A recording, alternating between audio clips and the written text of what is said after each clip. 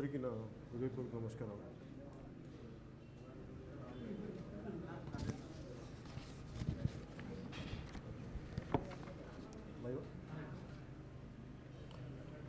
అందరికీ నా హృదయపూర్వక నమస్కారాలు. గత 3 రోజులుగా ఆంధ్రప్రదేశ్ స్పెషల్ కేటగిరీ స్టేటస్ గురించి జరుగుతున్న గొడవలు ఇవన్నీ మీకు తెలిసిందే.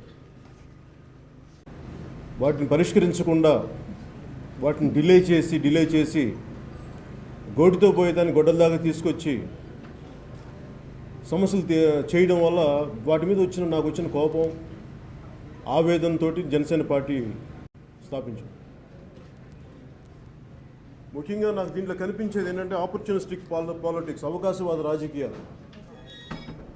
పదవిలోకి రాకముందు ఆకాశాన్ని తెస్తాం, చంద్రుని భూమి మీదకి తీసుకొస్తామని ఆశలు కల్పించి పదవుల్లోకి వచ్చాక, అధికారంలోకి వచ్చాక వాటిని మర్చిపోయి వాటి కుంటి సాకులు చెప్పి తప్పించుకోవడం నాకు నచ్చలేదు. ఇది నా ఒక్కడికే కాదు, అనేక లక్షల మందికి, కోట్ల మంది ప్రజలకి ఆవేదన, బాధ ఇవన్నీ జనసేనని అనే పార్టీని స్థాపించడానికి కారణమైంది. భిన్న సంస్కృతులు, భిన్న మతాలు, భిన్న కులాలు వీటిని గౌరవించకుండా, వీటిని అర్థం చేసుకోకుండా ఏ ఒక్క రాజకీయ పార్టీ కానీ ఎవరు కానీ ప్రభుత్వాలు నడపలేరు. ఆ రోజున తెలుగుదేశం పార్టీకి కానీ భారతీయ జనతా పార్టీ అలయన్స్కి ముఖ్యంగా నేను సపోర్ట్ చేయడానికి కారణం, అప్పటికి 10 సంవత్సరాలు కాంగ్రెస్ ఉండి సమస్యల్ని తాత్సారం చేసి గోటితో పోయేదాన్ని గొడ్డల్లాగా తీసుకొచ్చి ఇంకా పరిష్కరించకుండా ఉన్నందుకు కొత్తగా ఒక పార్టీ కొత్తగా ఒక ప్రధానమంత్రి గారు అవుతున్నారు, గుజరాత్ ముఖ్యమంత్రిగా ఉండి ప్రధానమంత్రి అభ్యర్థిగా ఉన్నారు. ఆయన సమస్యను అర్థం చేసుకుంటారు. అలాగే 10 సంవత్సరాలు తెలుగుదేశం పార్టీ అధికారంలో లేదు. ఇప్పుడు జరిగిన అనుభవాల నుంచి వారు పాఠాలు నేర్చుకొని ఒక సరైన విధి విధానాలతో ముందుకెళ్తారు. ప్రజా సమస్యల గురించి అనుకొని నేను వాళ్ళిద్దరికీ సపోర్ట్ చేయడం జరిగింది. ఆ రోజున సపోర్ట్ చేశాను. నాదైన వంతు నేను చేశాను. వారి జెండాలు నేను మోసాను. నాతో పాటు నన్ను నమ్మిన వారందరూ మోశారు, నన్ను ఫాలో అయిన వాళ్ళందరూ మోశారు. కానీ వారు ఏమైతే మాట ఇచ్చారో ఈరోజు వాళ్ళు వెనక్కి తప్పేశారు. దానికి ముఖ్య కారణం, ఆ రోజున సిద్ధార్థనాథ్ సింగ్ గారి మాటలు చూస్తూ ఉంటాను.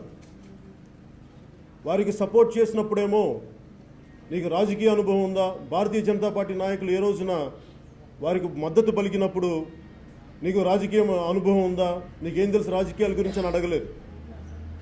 నన్ను కర్ణాటక పంపించారు, తమిళనాడు బార్డర్లకు పంపించారు, తెలంగాణ నలుమూలలకు పంపించారు, ఆంధ్రప్రదేశ్ మొత్తం తిప్పారు. ఆ రోజు ఎవరు నా రాజకీయ అనుభవం అడగలేదు, నీకు ఎంత తెలుసు రాజకీయాల గురించి అని. ఈ రోజున స్పెషల్ కేటగిరీ స్టేటస్ గురించి అడిగితే నువ్వు రాజకీయాల గురించి ఏబిసిడీలు తెలివి నువ్వు నేర్చుకొని రా అంటారు. ఇంతకు మించిన అవకాశవాదం ఏంటో నాకు కనిపించలేదు వీళ్ళ దగ్గర. ఈ రోజున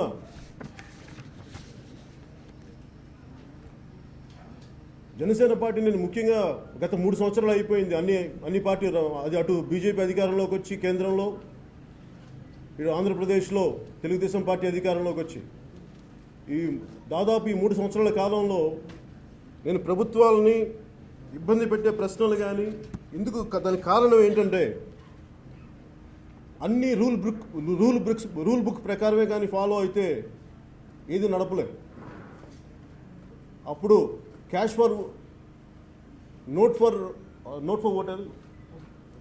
ఫర్ ఓట్ ఇష్యూలో కూడా నేను మాట్లాడకపోవడానికి కారణం, అది ఒక తెలుగుదేశం పార్టీ చేసి ఉంటే, అంతకుముందు ఎవరు లేకుండా తెలుగుదేశం పార్టీ ఒకటి చేసి ఉంటే ఖచ్చితంగా చాలా బలంగా నిలదీసేవాడిని.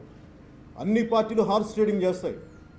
అందుకని వాటిని దృష్టిలో పెట్టుకొని నేను మన కంట్లో దూలం పెట్టుకొని ఎదుటి కంట్లో పెద్ద దూలం చూడటం ఎందుకని చెప్పి దాదాపు అన్ని పార్టీలు ఒకటే అని చెప్పి నేను ఇదే వేదిక మీద నేను మాట్లాడాను.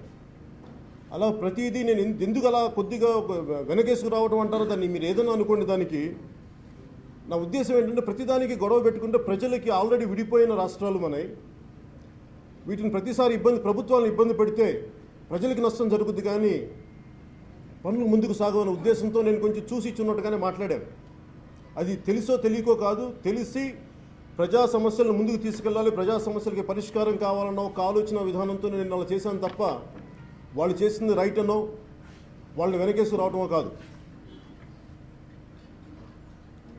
అలాగే రెండు రాష్ట్రాలు విడిపోయినప్పుడు దీనికి ముఖ్య కారణం యువత. ఇక్కడ యువతకు అన్యాయం జరిగిపోతుంది. అటు తెలంగాణలోను అటు ఆంధ్రాలో కూడా మనకి సరైన వసతులు లేవు, సరైన విద్యా సౌకర్యాలు లేవు. ఇలాంటి పరిస్థితులు విడిపోయినప్పుడు అక్కడ యువతని బాగా చూడాల్సిన బాధ్యత ఉంది. ఇక్కడ తెలంగాణలో ఏ బంగారు తెలంగాణ అయితే సాధిస్తామని చెప్పి నాయకులు వచ్చారో దాన్ని నిలబెట్టుకోవాల్సిన అవసరం కూడా ఉంది. వీటన్నిటిని దృష్టిలో పెట్టుకొని నేను ఏ రోజున ఏ ప్రభుత్వాన్ని కూడా ఇబ్బంది పెట్టే మాటలు మాట్లాడలేదు, కానీ అర్థం చేసుకునే ప్రయత్నం చేశాను. కానీ 3 సంవత్సరాల తర్వాత బీజేపీ ప్రభుత్వం తీరు చూస్తే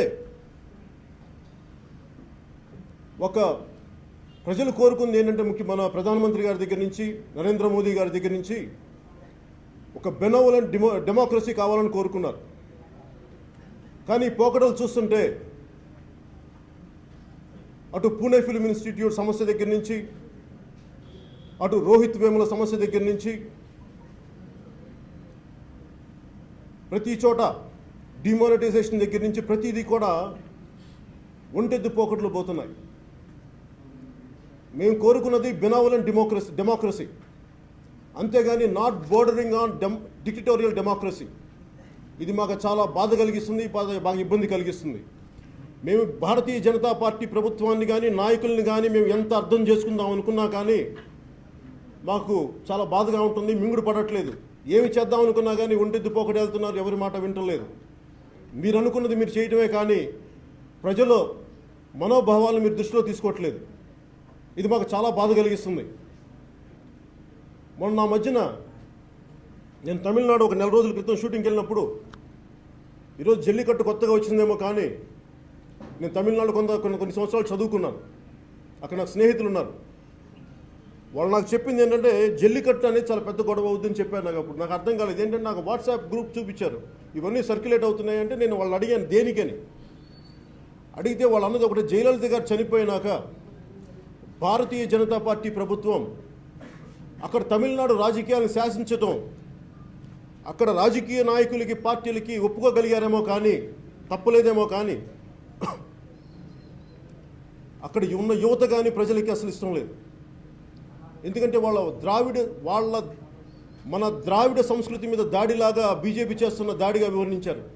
అందుకని వాళ్ళ యువత నాకు ఆ సర్క్యులేషన్ చూపించారు. ఇది చాలా పెద్ద గొడవ అవుద్ది, నువ్వు చూసుకో ఒకసారి నీకు తెలుస్తుంది అన్నారు. ఈ రోజున జల్లికట్టు అనేది మీరు దయచేసి ప్రతి ఒక్కరూ అర్థం చేసుకోవాలి. జల్లికట్టు అనేది ఒక ఎద్దులని లొంగ తీసుకునే ప్రక్రియ కాదు. అది సంస్కృతిలో భాగం. ఇవన్నీ పక్కన పెడితే వాటన్నిటికంటే కూడా బీజేపీ మీద అక్కడ తమిళనాడు యువతకున్న కోపం అది. వాళ్ళు అలా చూపించారు బయటకు వచ్చి. వాళ్ళ నాయకులు వాళ్ళకి మద్దతు పలకలేకపోతుంటే, బీజేపీని ఎదిరించలేకపోతుంటే, తమిళనాడు రాజకీయాలను వాళ్ళు శాసిస్తుంటే ఆ కోపంతో వాళ్ళు బయటకు వచ్చారు. జల్లికట్టుని అలాగ చూడాలి, అది నిజంగా అర్థం చేసుకునే వాళ్ళకి అదే అని అర్థమవుతుంది. అలాగే ఈ రోజున రాష్ట్రాలు, ఆంధ్రప్రదేశ్ ముఖ్యంగా, అటు తమిళనాడు కానీ ఫెడరల్ స్ట్రక్చర్ని రిప్రజెంట్ చేస్తున్నాయి. ఫెడరల్ గవర్నమెంట్ పాలసీస్ని వాళ్ళు మినీ బీజేపీలా తయారయ్యారు. కానీ ముఖ్యంగా ఆంధ్రప్రదేశ్ మినీ బీజేపీలా తయారైంది. కానీ అక్కడ తెలుగుదేశం ప్రభుత్వం లేదు. అక్కడ మీరు ఆ రోజున ఒక్కొక్కరు 5 సంవత్సరాలు కాదు, 10 సంవత్సరాలు కాదు, 15 సంవత్సరాలు కూడా సరిపోదని చంద్రబాబు గారు అంటే, వెంకయ్యనాయుడు గారు గొంతు చించుకొని ఇవ్వాలి, రాష్ట్రానికి ఇవ్వాలి, అన్యాయం జరిగిపోతుందని చెప్పి అందరినీ నమ్మకం కలిగించి ఓట్లు వేయించుకొని ముందుకెళ్ళాక ఈ రోజున సంజీవిని విద్యగా అదేమన్నా సంజీవినియా, లేదంటే అది మర్చిపోయిన అధ్యాయం, గతించిన అధ్యాయం అనే మాటలు మాట్లాడుతున్నారు. అంటే మీకు ప్రజలంటే, వెంకయ్యనాయుడు గారు మీకు ప్రజలంటే ఆటలుగా ఉందా? మీకు మీ ఇష్టానికి ఒక మాట మాట్లాడి ఇంకో రోజు ఇంకో మాట మాట్లాడితే మేము చూస్తా చేతులు కట్టుకొని కూర్చుంటాం అనుకుంటున్నారా? మీరు ఏమనుకుంటారండి? మీరు స్వర్ణ భారతి ట్రస్ట్ కోసం పెట్టినంత మనసు ఆంధ్రప్రదేశ్ రాష్ట్రానికి గారి పెట్టినుంటే ఈ పాటికి ప్రత్యేక ప్యాకేజ్, ఖచ్చితంగా ప్రత్యేక స్పెషల్ స్టేటస్ వచ్చిండేది. మీరు స్వర్ణ భారతి ట్రస్ట్ కోసం పెట్టినంత మనసు ప్రజా సమస్యల మీద కానీ, ఆంధ్రప్రదేశ్ సమస్యల మీద కానీ, ఆంధ్రప్రదేశ్ ప్రత్యేక స్టేటస్ మీద కానీ మీరు మనసు పెట్టలేదు. మీరు 3 సంవత్సరాల్లో ఇన్ని రకాల మాటలు మారిస్తే ప్రజలెవరు మిమ్మల్ని నమ్మట్లేదు. మీరు సన్మానాలు చేయించుకోవచ్చు, ఏదైనా చేయించుకోండి, కానీ మీ మాటలను నమ్మే పరిస్థితిలో ప్రజలు లేరు. అలాగే వెంకయ్యనాయుడు గారి పదజాలం ఎలా ఉంటుందంటే, స్పెషల్ స్టేటస్ను 5 సంవత్సరాలు కాదు 10 సంవత్సరాలు ప్రసాదిస్తూ ఉంటారు. ప్రసాదించడానికి మీరేమైనా దేవుళ్ళ అండి? మీరేమైనా దేవుళ్ళ? దిగొచ్చారా? మీరు అందరిలాంటి మనుషులు కాదా? మీరు ప్రత్యేకంగా దిగొచ్చారా? ఢిల్లీ రక్షణ కవచాల్లో కూర్చొని మీ ఇష్టం వచ్చినట్టు మీరు మాట్లాడితే మీరు దిగొచ్చారు అనుకుంటున్నారా? మేమందరం మీ బానిసలమా? ఏమనుకుంటున్నారు మీరందరూ? మేము ఈ దేశ ప్రజలు మీరు ఇష్టానికి మాట్లాడితే కుదరదు. ఒకరోజు ఒక మాట చెప్పి ఇంకో రోజు ఇంకో మాట చెప్తే కుదిరి మేము ఖాళీగా కూర్చునే వ్యక్తులం కాదు, మనుషులం కాదు, ప్రజలం కాదు. మీరు దయచేసి మా ఆవేదన మీరు అర్థం చేసుకోండి. నోటికి వచ్చినట్టు నోటికి ఇష్టం వచ్చినట్టు మీరు 4 మడత తిప్పుతా మాట్లాడితే మేము కూర్చుంటూ సహించేది లేదు. మేము ఇక్కడ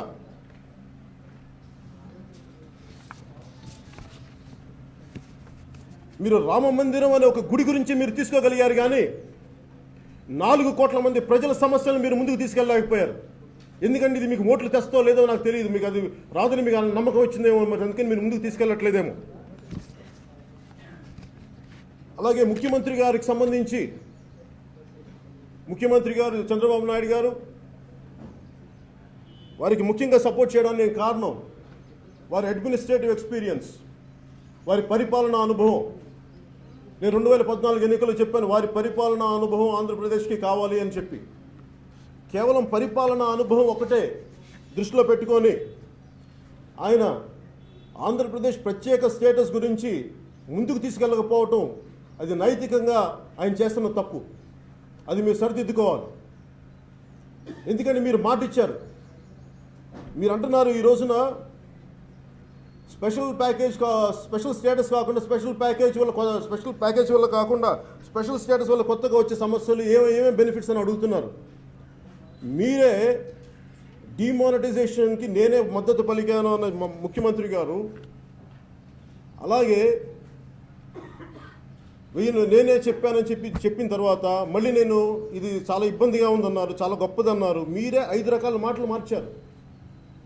మీకే ఇన్ని సమస్యలు ఉన్నప్పుడు, మీకు ఇంత అనుభవం ఉన్న మీకే ఇన్ని రకాలుగా మీరు మాట మారుస్తున్నప్పుడు మరి దాని మీద మీరు మాట మార్చట్లేదని నేను ఎందుకు అనుకోకూడదు చెప్పండి.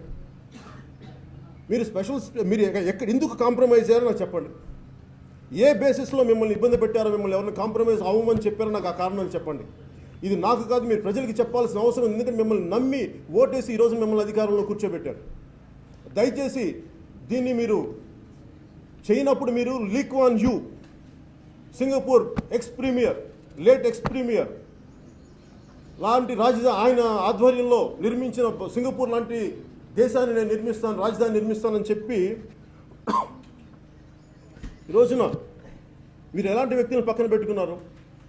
సుజనా చౌదరి గారు లాంటి వ్యక్తుల్ని.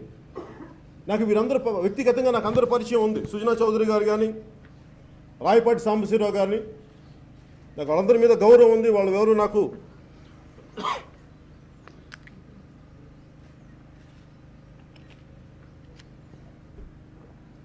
వ్యక్తిగతంగా నాకు ఎవరితో శత్రుత్వం కానీ విభేదాలు కానీ లేవు. కానీ ప్రజా సమస్యలకి ప్రజల పక్షాన్ని నిలబడటానికి నేను సొంత కుటుంబంతో, సొంత అన్నయ్యతో కూడా నేను విభేదించి వచ్చిన వాడిని. అలాంటిది మీకున్న పరిచయమో స్నేహమో కలిసి ప్రయాణం చేసామో దాన్ని విభేదించి బయటికి రావడానికి నాకు పెద్ద ఇబ్బంది ఏం లేదు. దాని గురించి వెనక్కి కూడా ఆలోచించను. మీకు నాకు ఉన్నది ఒక కామన్ ఎజెండా, ప్రజలకి పనిచేయడం, కలిసి పనిచేయడం అనేది. అది జరగనప్పుడు నేను ఎందుకు మీ పక్షం ఉండాలి? ఒకసారి మీరు నాకు చెప్పాల్సిన అవసరం ఉంది. నాకు కాకపోయిన ప్రజలకు చెప్పాల్సిన అవసరం ఉంది. సుజనా చౌదరి గారు మాట్లాడతారు, జల్లికట్టు స్ఫూర్తిగా తీసుకొని మీరు కోళ్ల పందాలు, పందులు పందాలు ఆడుకోమని చెప్పి. ఇదేనండి మీరు మాట్లాడే మాటలు? ఇన్ని కోట్ల మంది మనోభావాలు మీరు కించపరుస్తున్నట్టు కాదా? మరి మీరు ఏ స్ఫూర్తి తీసుకొని మరి బ్యాంకులకి మీరు రుణాలు ఎగ్గొట్టారో చెప్పండి. మీకు ఎవరు స్ఫూర్తి దానికి? ఆ మాట నేను మాట్లాడితే మీకు ఎలా ఉంటుంది? నాకు ఎంతో కాలం సుజనా చౌదరి గారి ఫైల్ ఇచ్చారు మాట్లాడమని, నాకు అర్థం కాలేదు. దాంట్లో నిజాలు నాకేంటో తెలియదు. నేను చెప్పాను వారికి, నాకు ఇచ్చిన వాళ్ళకి, నాకు ఆయన తెలుసు, కానీ నేను మాట్లాడక నాకు ఇబ్బంది ఏం లేదు. కానీ దీంట్లో నిజాలు ఎంత ఉన్నాయో మీరు నన్ను ఎవరైనా వాడుకుంటున్నారా నాకు ఇవన్నీ తెలియదు. మీరు కన్సర్న్, నేనేమైనా నేనేమైనా వేరే కూర్చోబెట్టి నేను ఎక్స్ట్రా కాన్స్టిట్యూషనల్ అథారిటీ కాదు మాట్లాడటానికి. నిజాలు తెలుసుకునేంత యంత్రాంగం కానీ శక్తి కానీ నాకు లేదు. మీరు కన్సర్న్ డిపార్ట్మెంట్స్కి వెళ్ళాలంటే మీరు తర్వాత వెళ్ళి మరి సిబిఐలో ఉందేంటో నాకు తెలియదు. కానీ మరి ఏ స్ఫూర్తి తీసుకొని సుజనా చౌదరి గారు మీరు బ్యాంకులకి రుణాలు మీరు తీసుకొని కూడా మీరు దాన్ని ఎందుకు మీరు పే చేయలేకపోయారు? దాని ఈరోజు ప్రైజ్ ఎవరు పే చేస్తారు? మీ వెనకాల మీరు ఇన్ని లోపాలు ఇన్ని సమస్యలు పెట్టుకొని మీరు ప్రజలు అనే హక్కు మీకు ఎక్కడుంది? మీరు చేతనైతే స్పెషల్ స్టేటస్ కోసం మీరు పోరాటం చేయండి, అంతేగాని చేసేవారిని దయచేసి కించపరచకండి, వెనక్కి లాక్కండి.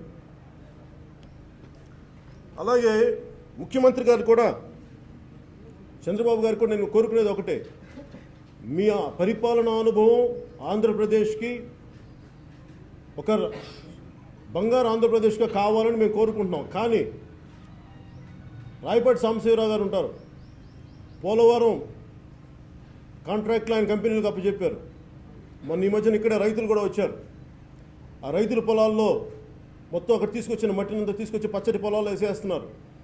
అలాగే ఎన్నో అవకతవకలు ఉన్నాయి పోలవరంలో అని చెప్పి రకరకాలుగా నాకు మాటలు వస్తూ ఉన్నాయి. నిజంగా మీకు Lee Kuan Yew ex Singapore premier మీకు ఆదర్శం అయితే, ఆయన తన సొంత స్నేహితుడిని ఎలాగైతే అవినీతికి పాల్పడ్డ అతని తోటి వారిని సహచరుల్ని ఆయన ఎలా అయితే శిక్షించారో, అలాగే మీకు ఇప్పుడు సుజనా చౌదరి గారు కానీ అలాగే రాయపాటి సాంబశివరావు గారు కానీ ఇలాంటి వారందరి మీద అభియోగాలు ఉన్నాయి, వాళ్ళు రకరకాల అవకతవకలు ఉన్నాయని చెప్పి మీరు ఒక ఎక్స్పర్ట్ కమిటీని వారి మీద లాంచ్ చేయండి. ఎందుకంటే మీరు ఒక ఓంబడ్స్మెన్ పెట్టండి రాష్ట్రానికి. ఇలాంటి ప్రాజెక్టులు ఏదైనా అవకతవకలు జరుగుతున్నాయా, ఇలాంటి వాటిని ఏమైనా ఉన్నాయంటే ఒక ఓంబడ్స్మెన్, ఒక్కళ్ళు కాదు ఒక 5-6 మంది ఒక టీంని పెట్టండి, ఎక్స్ జ్యుడిషియరీ వ్యక్తులతోటి, బాగా అనుభవం ఉన్న వ్యక్తులు, ఇంటిగ్రిటీ ఉన్న వ్యక్తులతో పెట్టి మీకు మంచి పేరు తీసుకొస్తుంది. అంతేగాని మీరు కామ్గా నేను వాళ్ళు జరుగుతున్న చూస్తాను సుజనా చౌదరి గారు ఏం మాట్లాడి నేను కామ్గా ఉంటానంటే అది జరిగేది అది మీకే మంచిది కాదు. నాకేనంటే ఈ రోజుకి నేనేం కోరుకుంటున్నానంటే మీరు బెటర్ గవర్నెన్స్ ఇవ్వాలని నేను కోరుకున్నాను. కానీ మొన్న మీరు చేసింది కూడా నాకు చాలా ఇబ్బందిగా ఉంది. మీరు అక్కడ ఆ రోజు అక్కడ పోరాటం చేద్దాం అనుకున్న యువతకి, పీస్ఫుల్ ప్రొటెస్ట్ చేద్దాం అనుకున్న యువతకి మీరు పర్మిషన్ ఇచ్చి ఉండాల్సింది. అది వాళ్ళు నిర్ణయించుకుంది, అదేదో ఒక పార్టీ పిలుపో అదే కాదు, వాళ్ళకై వాళ్ళు నిర్ణయించుకుంది. ఎందుకంటే 26 నేను అనుకున్నాను, ఎందుకు పెట్టుకున్నారండి 26 అనే కారణం ఏంటంటే అందరూ ఒక రిపబ్లిక్ డే కాబట్టి అందరూ ఒక గుమ్మి కొడతారు, అందరూ కలెక్టివ్ వాయిస్ కేంద్రానికి చెప్పొచ్చు అనే ఉద్దేశంతో యువత చేశారు. కనీసం మీరు వాళ్ళకి నడిచే ఒక గంట పర్మిషన్ ఇచ్చి ఉండాల్సింది. దీనివల్ల ఏం జరుగుద్దంటే ఈ రోజున మీరు ఆపేశారు, ఒక ఉధృతిని ఆపారు. దీనివల్ల మీరు పోస్ట్పోన్ చేయగలిగారు కానీ ఆ ఉధృతిని దయచేసి ఇంక మీరు ఆపలేరు. కాకపోతే నా విన్నపం ఏంటంటే వెంకయ్యనాయుడు గారికి కానీ చంద్రబాబు గారికి కానీ నేను మీ అనుభవానికి కానీ మీ పెద్దరికానికి కానీ నేను గౌరవిస్తాను. కానీ మీ పెద్దరికం కానీ మీ అనుభవం కానీ మీ పరిపాలన అనుభవం కానీ మీకు ప్రజల సమస్యలను ముందుకు తీసుకెళ్ళని పక్షంలో నేను ఎందుకు రోడ్ల మీదకి వచ్చి నా నిరసనలు తెలపకూడదో ఒకసారి మీరు పత్రికాముఖంగా మీడియా ముఖంగా తెలియజేయండి.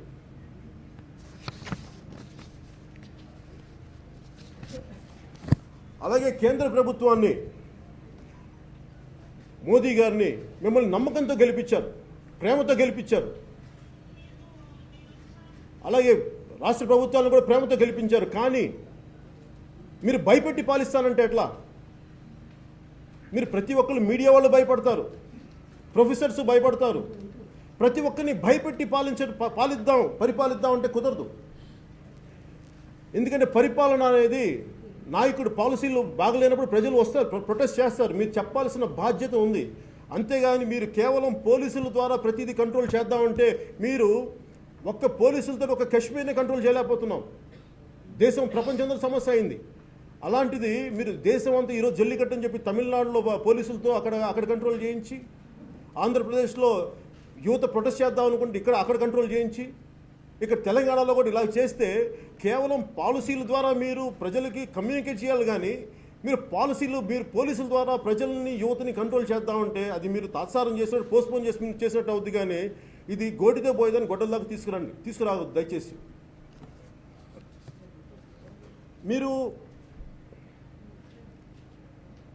మేము ఏమైనా చేస్తాం, మేము అధికారంలో ఉన్నాం అని మీరు మాట్లాడితే నేను కేంద్ర ప్రభుత్వానికి కానీ మిగతా నాయకులందరికీ ఒకటే చెప్తాం, ప్రజల తరపున మేము కూడా ఉంటే ఉంటాం, పోతే పోతాం అన్న స్థాయికి మేము వస్తాం.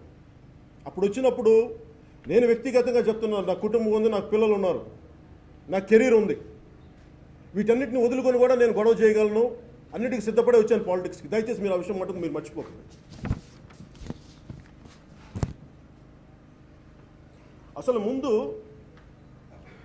ఆంధ్రప్రదేశ్ స్పెషల్ కేటగిరీ స్టేటస్ ఇస్తారా ఇవ్వరా అనే దానికంటే కూడా మీరు ఎన్ని మాటలు మార్చారు. మీరు ఒకరోజు ఇస్తామన్నారు, 5 సంవత్సరాలు కాదు 10 సంవత్సరాలు అన్నారు, 15 సంవత్సరాలు అన్నారు, లేదు స్పెషల్ ప్యాకేజ్ అన్నారు. స్పెషల్ ప్యాకేజ్ని ఎందుకు నమ్మట్లేదు చెప్తాను. చంద్రబాబు నాయుడు గారు ఆంధ్రప్రదేశ్ని విడగొట్టినప్పుడు 12 గంటలు విడగొట్టారు, అది చూసాం. అలాగే ప్రజలకు ఉపయోగపడే స్పెషల్ కేటగిరీ స్టేటస్ ఇవ్వలేనప్పుడు స్పెషల్ ప్యాకేజ్ దానికి పేరు మార్చాం, కానీ దాదాపు అదే అన్నారు. మరి అర్ధరాత్రి పూట ఇవ్వాల్సిన అవసరం ఏముందండి? నిజంగా అది ప్రజలకే మీకు అది సరైనది అయితే మీరు అర్ధరాత్రి పూట అంత హడావుడిగా ఇవ్వాల్సిన అవసరం ఏముంది? మీలో ఏవో తప్పులు ఉన్నాయి. నేను మొన్న అనంతపూర్ సభలో కూడా వాళ్ళు ఇచ్చిన స్పెషల్ ప్యాకేజ్ ఎందుకు సరైనది కాదు అని చెప్పానంటే, నేను ఢిల్లీ వెళ్ళాను. ఢిల్లీలో ఫైనాన్స్ కమిషన్లో చేసిన మెంబర్స్తో కలిశాను, సెక్రటరీస్తో కలిశాను, ఒక 5 మంది ఎక్స్పర్ట్స్తో నేను ఒపీనియన్ తీసుకున్నాను. వాళ్ళు ఏం చెప్పారంటే, మొత్తం రాష్ట్రానికి రావాల్సిన వాటానే వీళ్ళు పేరు మార్చి ఇచ్చారు అని చెప్పి చాలా డీటెయిల్గా ఇస్తాను. నేను అవే సమస్యలు నేను ఉదహరించాను వాళ్ళు చెప్పిందే. అలాగే పోలవరం అది ఒక ఇంటిగ్రేటెడ్ ప్రాజెక్ట్. అది అటు నీటి అవసరాలకి, అటు వ్యవసాయ అవసరాలకి, అలాగే పారిశ్రామిక అవసరాలకి. కానీ వాళ్ళు ఇచ్చిన ప్రాజెక్ట్ ప్రకారం కేవలం ఇరిగేషన్కే తప్ప మిగతా వాటికి కాదు. దాని గురించి నేను అనంతపూర్లో మాట్లాడిన ఈ రోజుకి దాని మీద సమాధానం లేదు రాష్ట్ర ప్రభుత్వం నుంచి. అలాగే వెనుకబాటు 5 జిల్లాలను వెనుకబాటు జిల్లాలుగా గుర్తించామన్నారు. మరి గుర్తించి పంపించారా కేంద్రానికి? మరి ఎప్పుడు ప్రారంభిస్తారు? వాళ్ళు ఇచ్చింది 5 సంవత్సరాలు, మరి అది కూడా మేము అనుకుందాం. మరి ఎప్పుడు మీరేం ప్రారంభించలేదు కదా, ప్రారంభించిన కాడికి మీరు ఏం న్యాయం చేస్తున్నట్టు ప్రజలకి? అందుకని ఇలాంటి వాటికి సమాధానాలు లేవు రాష్ట్ర ప్రభుత్వం దగ్గర. కేంద్రంలో ఉండే ప్రతి ఒక్కరికి మీరు ప్రత్యేకించి దయచేసి పుట్టలేదు, మీరు అందరిలాంటి మనుషులే. మీరు రక్షణ వలయాల్లో కూర్చొని మీరు శాసించండి, బాధ్యతలు తీసుకున్నారు, మేము వాటిని గౌరవిస్తాం. కానీ అది మీ వ్యక్తిగత ప్రతిష్టలకో లబ్ధికో మీరు ఇష్టం వచ్చినట్టుగా మా మీద రుద్దాలనుకుంటే మటుకు, ముఖ్యంగా దక్షిణాది రాష్ట్రాల నుంచి మీకు చాలా పెద్ద ఎత్తున నిరసనలు వస్తాయి. దయచేసి వాటిని మీరు మర్చిపోకండి. మీకు ప్రజలు బానిసల్లా కనిపిస్తున్నారేమో. బానిసలు తిరగబడితే ఎలా ఉంటుందో కూడా మీకు తెలుస్తుంది వచ్చే రాబోయే కాలంలో. నేను మొన్న ఈ మధ్యన ఉత్తరాది దక్షిణాది వివక్ష అని చెప్పాను. కొంతమందికి ఇబ్బంది కలగచ్చు. అదే నాకు తెలుసో తెలియకుండా తెలిసే మాట్లాడాను. దానికి కారణం ఏంటంటే, దాదాపు 1500 మంది చనిపోతే కానీ తెలంగాణలో అక్కడ హెడ్లైన్స్ అవ్వవు, నేషనల్ హెడ్లైన్స్లో. తెలంగాణలో కొన్ని 100 మంది చనిపోతే కానీ జాతీయ స్థాయి అట్రాక్షన్ రాదు, దృష్టి రాదు. అప్పుడు ఇలాంటి సమస్య ఉందా రాదా తెలంగాణకని అలా అందరూ కదిలి వచ్చారు. కానీ ఢిల్లీలో ఒకటి తుమ్మినా, ఒకళ్ళెవరో కాలు జారి పడిపోయినా అది మొత్తం జాతీయ న్యూస్. అంటే మీరు రాష్ట్రం, దేశం అన్నీ ఒక సమిష్టి ఇది అనుకున్నప్పుడు మీరు ఎందుకు సమానమైన అవకాశాలు ఇవ్వరు? జాతీయ స్థాయి పత్రికలు కూడా అర్థం చేసుకోవాల్సింది. దక్షిణాదికి కూడా మీరు దయచేసి ఇంపార్టెన్స్ ఇవ్వండి. అంతేగాని కూర్చోబెట్టి ఎంతసేపు ఉత్తరాది తాలూకు న్యూస్నే మాకు రుద్దితే దక్షిణాది తాలూకు మీరు చెప్పరా? మీరు హిందీ మేము గౌరవిస్తాం, దక్షిణాది భాషను కూడా మీరు గౌరవించండి, మేము కోరుకుంటున్నాం. అది కేవలం ఓట్లకే దక్షిణాది వారా? మిగతా వాటికి కాదా? ఆత్మగౌరవం లేదా మాకు? రోడ్ల మీదకి రావాలా మేము? దయచేసి మీరు అర్థం చేసుకోండి. దీని కారణం కూడా మీరు ఒక రాష్ట్రాన్ని విడగొట్టినప్పుడు, దక్షిణాది రాష్ట్రాన్ని విడగొట్టినప్పుడు తేలిగ్గా 12 గంటల్లో విడగొట్టగలిగిన మీకు యూపీ కానీ విదర్భ కానీ 4 రాష్ట్రాలుగా విదర్భని మహారాష్ట్ర నుంచి విడగొట్టాలని, ఉత్తరప్రదేశ్ 4 రాష్ట్రాలుగా విడగొట్టాలని ఎప్పటి నుంచో ఉంది.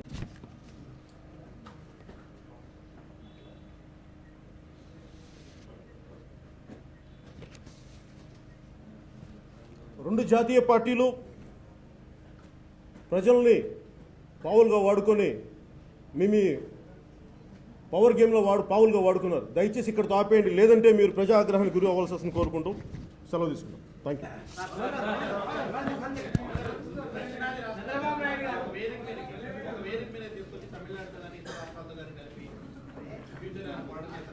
దక్షిణాది రాష్ట్రాలు అన్న దానికి కారణం ఏంటంటే, I'm very clear about what I'm saying. We love our motherland, we bow to our motherland, we respect our motherland. But if you keep on degrading the Dravidian culture, definitely we'll raise our voice against North Indian elite leadership. I'm not going back on my words.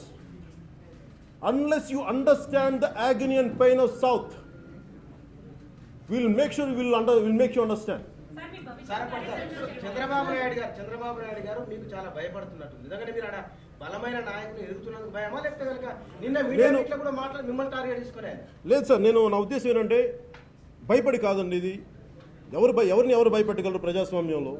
నేనేమంటానంటే policy లోపల నేను పాలసీలు ఎత్తి చూపిస్తున్నాను, అది దాన్ని అర్థం చేసుకుంటున్నారు. అంతేగాని నన్ను చూసి భయపడుతున్నారు అనే ఒక అవివేకమైన ధోరణి నాలో అయితే లేదు. నా ఉద్దేశం మీరు అర్థం చేసుకోవాల్సింది ఇక్కడ ఏంటంటే, నేను మొన్న కూడా చెప్పాను, మీరు కూడా అడిగినట్టున్నారు.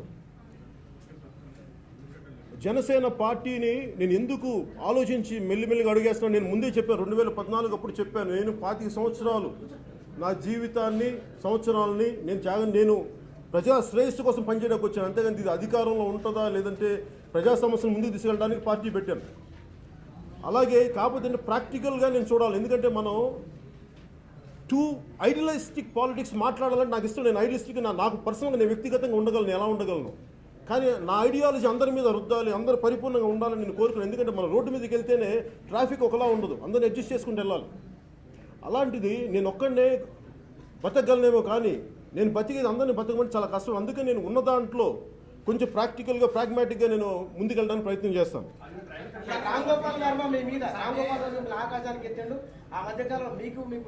నేను రామ్ గోపాల్ వర్మ గారి నుంచి ఒకటే మాట చెప్తాను. ఆయన ఈ సభలో మాట్లాడే వ్యక్తి కాదు కానీ, బట్ స్టిల్ ఆయనకి ఒకసారి సభాముఖంగా మీడియాముఖంగా once for all I never speak about him again. ఆయన దాదాపు 50 ఏళ్ళ పైబడ్డ వ్యక్తి,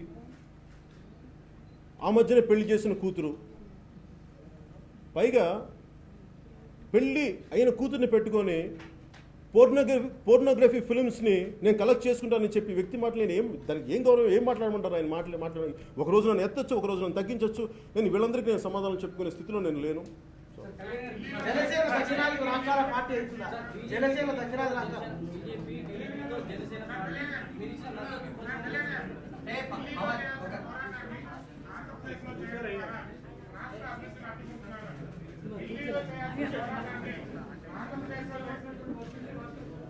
ఢిల్లీలో చేయాల్సిన పోరాటాన్ని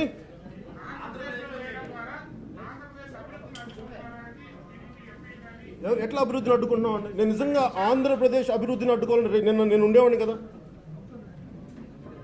అది యూత్ నేను మాట్లాడాలని. ఇందాక మీరు అడుగుతున్నారు జనసేన ఏం చేస్తుంది అనేది.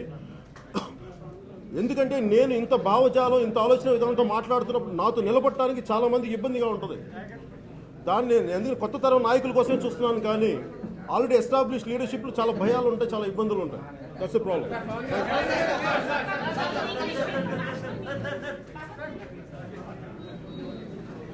Hey.